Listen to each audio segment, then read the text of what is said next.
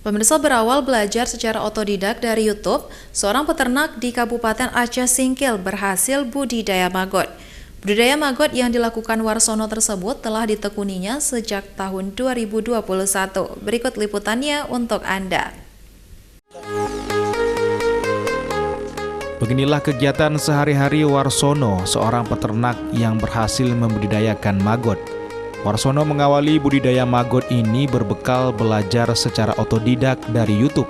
Namun kini telah berhasil membudidayakan larva maggot yang memiliki banyak protein itu.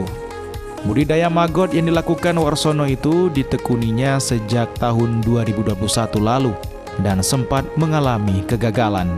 Namun atas kegigihannya, akhirnya budidaya maggot yang berada di Desa Sidorejo, Kecamatan Gunung Meriah, Aceh Singkil itu saat ini telah sukses.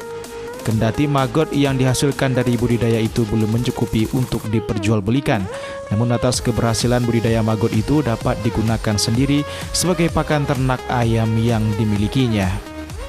Warsono mengatakan saat ini maggot yang dihasilkan dari budidaya itu digunakan untuk pakan ternak ayam yang dimilikinya.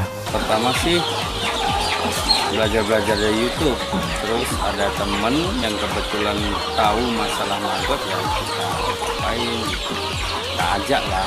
Pernah mengalami kegagalan lantaran belum tahu caranya kasih pakan baru.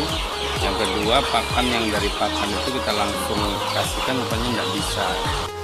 Ia menyebutkan atas keberhasilan membudidayakan maggot itu sehingga dapat menekan pembelian pakan ayam ternaknya dari luar.